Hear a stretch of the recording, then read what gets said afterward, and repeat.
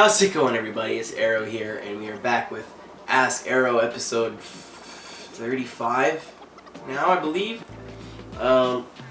Anyways, I just want to get this right off the bat. I apologize, it's been basically 2 weeks since I've uploaded a video. I uploaded Ask Aero at, I think, a weird time last week. The issue for that was, if you'd missed that Ask Aero video, because I explained it in that one, but the issue was my uncle was crashing on the couch upstairs. I'm not quite sure why, and it's not really that important. But he was asleep. He was sleeping on the couch upstairs, and I couldn't record videos when I got home from work, which is what I usually do, which is like late at night, 12, 1, 2 o'clock in the morning. I would come home and record my video for the next day, and then upload it, and then go to bed. But alas, I couldn't do that, and I also had a very weird cold where I didn't feel sick, but I was coughing, and I still have it. I get to go to the doctor because that requires time, which I don't have. But anyway, I want to get into something that has been consuming my life the past weekend. I know a lot of people may not, or I know people didn't ask for this, but I'm going to do it anyway because, you know, like 5 people watched my last Ask Aero and no one suggested anything. So, Grand Theft Auto 5. I'm going to do like an off-the-cuff review. I just finished it not 2 hours ago, and I'm going to review it for you as fast and as to the point as I can. If you remember, I did something similar with Forza Horizon, where I threw some Horizon gameplay, but I'm just going to do this like this, because why the fuck not? So basically, the rundown is you play 3 characters. You play Michael, Franklin, and Trevor. Not all 3 of them, they all become available slowly into the game, and they have to get through heists and their own individual foibles. And for the most part, you can change between them at any time, especially within missions. It's very convenient. And what else? The world is huge. A very, very huge world. Lots of things, lots of cars, different kind of cars and whatever. That's just all stuff you've seen. But for those who don't own the game, I'm going to break down what the difference between what you can see in the trailer and what you can feel in your hands in the controller. So let's start off with the pros, because I have a lot to say about the cons. The pros, it is pretty cool to switch between characters. It's a little slow, but I feel like, you know, it is loading a complete other side of the map for you. But it is super convenient. It's funny to see the situations that some of the characters get themselves in. You know, maybe you'll switch in and some guy's in a dress passed out somewhere. It's happened.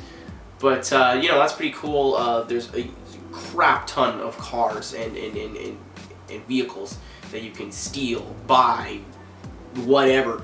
The internet in this game is super, super, super useful with putting money on stocks. You can buy planes, trains, and automobiles, not trains, but you can buy planes, boats, bikes, and pretty much anything, cars, multiple cars. You know, all the businesses. There is so much to do in this game. Even when you do complete this story, you will have a lot to keep busy. There's a lot of garages. There's a lot, you can buy a garage, so you're not necessarily limited to 2 cars, like in the GTA of the past, where you can park 2 cars in your little thing. That's all your lot. You get 2 or as many you can fit in your your garage at home, and then you can buy a garage for like 30 grand, and you can fit 4 cars in there, whether you choose to buy them or whatever. The customization is back, and it's probably one of the best customizations I've ever seen in one of these kinds of games. It almost feels like a Forza game. Okay, that's a little far, but there's a lot you can do to a car. You can change the front bumpers, rear bumpers, add splitters. I know there's an 886 variant. You can add Bozo and pipes to it. The possibilities are endless, and you almost don't see the same car twice ever. What else was fun? The story wasn't terrible. You know, I really didn't feel like it had the same punch as 4 did, but you know, the story was good. It kept me interested. Half decent ending. You know, I'm not sure if it was as memorable as 4, and because playing all 3 characters, you don't necessarily get all those hours invested into one.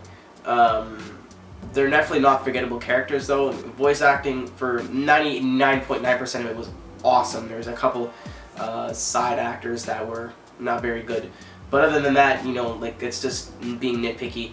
The control is great. Actually, not really. We're going to get into that in a second. But for the most part, everything that they said about this game that was awesome is awesome. Again, online hasn't even come out yet, and I'm completely sold, and it was worth my money. But that doesn't mean I don't have any problems with it. This game handles like ass. For those who are huge fans of the handling physics in Grand Theft Auto 4, you're going to be very disappointed when you get your hands on Grand Theft Auto 5.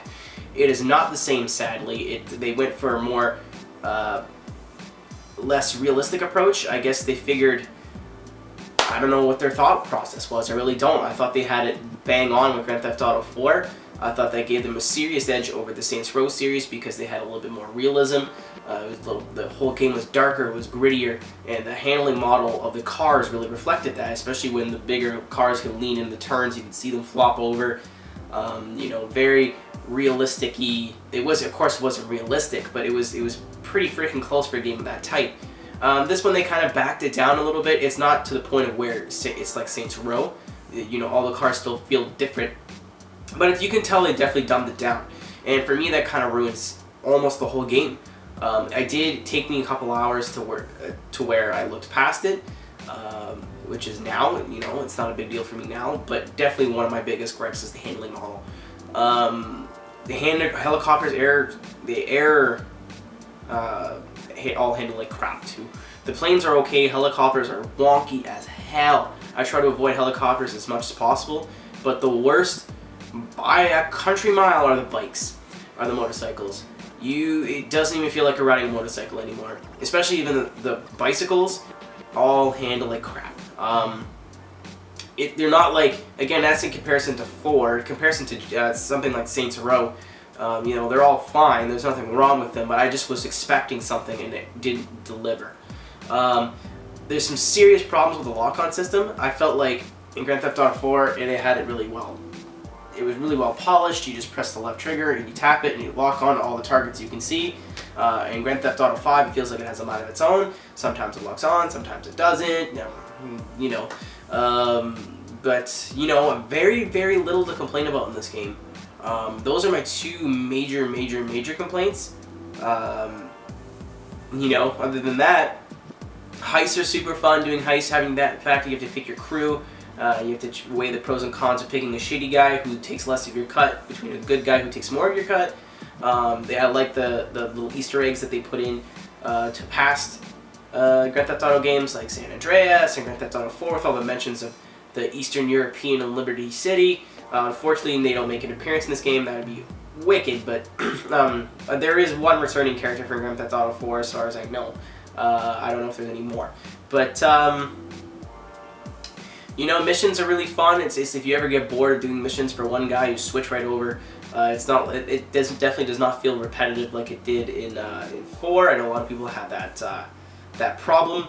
But all in all, the game was pretty fun. It's not the godsend greatest game of all time that people are making it out to be. Is it going to give me fun for hours and hours and hours? Yes, I've already dumped a stupid amount of hours into this game. It only came out on Tuesday.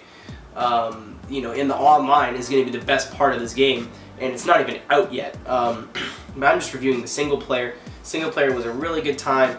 It's so intricate, you could still find things to do after you beat it. The only reason I'm not playing it right now is because I'm making a video. But again, the cars all weren't very good. I didn't like the cars sounded like crap. I didn't like how you couldn't buy houses. You were stuck with the houses that you were given. You can buy lots of real estate in the game, like businesses and whatnot, but you cannot buy houses. I feel like that kind of sucks, and I'd like to buy a lot of properties, more places to store cars. The multi-character system has its flaws. You never, if you want to buy businesses with one character, you can't really transfer funds. You can't, you can only have a certain amount of cars, so you have to keep cars on one character to another character, and then that character can't access the other character's garage. And I think it would have been better with like some sort of, I don't know. I like how their idea of having 3 characters that you can play with, but in execution, especially outside of story-based stuff, it's really just kind of falls short. It's not like, I don't hate it, again, because this is one of the main features. I don't hate it, and it's, again, especially within missions context, where if you're on a left side and then someone's coming from a flank, you can switch to another person that's closer to that flank and then take care of them. That's super fun, and especially when you're in one corner of the map, and the map is gigantic, so if there's, that let's say Trevor is up in the boonies somewhere, you switch to him, you don't have to drive like 15-20 miles. But again, I feel like I didn't get attached to any of the characters. I kind of got attached to Michael because of his family, but other than that, I never really felt strongly about any of the characters. I don't know if it's because I ran through the game pretty quick, put lots of hours into it, but I did the same thing with Grand Theft Auto 4. So, you know, it was a pretty fun game, and it's not over yet. Again, the game never ends. You can go on and play single player, and there's still stuff to do. It's not like Grand Theft Auto 4 where you beat it and that's it. You can go back and play your missions again to get better grades. Has a similar system like Ballad Gate Tony did. You know, but all in all, if I had to give this a score out of 10, it'd be like between like a 7.75, I guess, out of 10. 8 out of 10. It was a super, super fun game, and don't get me wrong, it was probably one of the best sandbox games I've ever played. But they kind of took, trying to go back to like older Grand Theft Autos, like San Andreas and such, they forgot of all the cool stuff they had in Grand Theft Auto 4. And I mean, I don't know if that can be patched in, I don't know if they would even patch it in, but the handling almost ruined the game for me, and it was a pretty big bummer. And the fact that I never got super attached to any of the characters also kind of bummed me out. And the ending wasn't that great to the story. The story was really good, and then just kind of seemed like we need an ending, let's do this. So, you know, Rockstar, good job. I'm looking forward to your next sandbox game on the new consoles. Hopefully you learn from your small, very, very small and forgivable mistakes, but mistakes nonetheless. And thank you guys for watching this very off-the-cuff review. I hope you enjoyed it, and if you're thinking about picking up Grand Theft Auto 5, you know, it's worth a shot. I paid $60 out of it out of my pocket, and I still think it was a good buy. Gave me a lot of fun, and it's got a lot of fun to come. So thank you very much, guys, and I'll see you next time.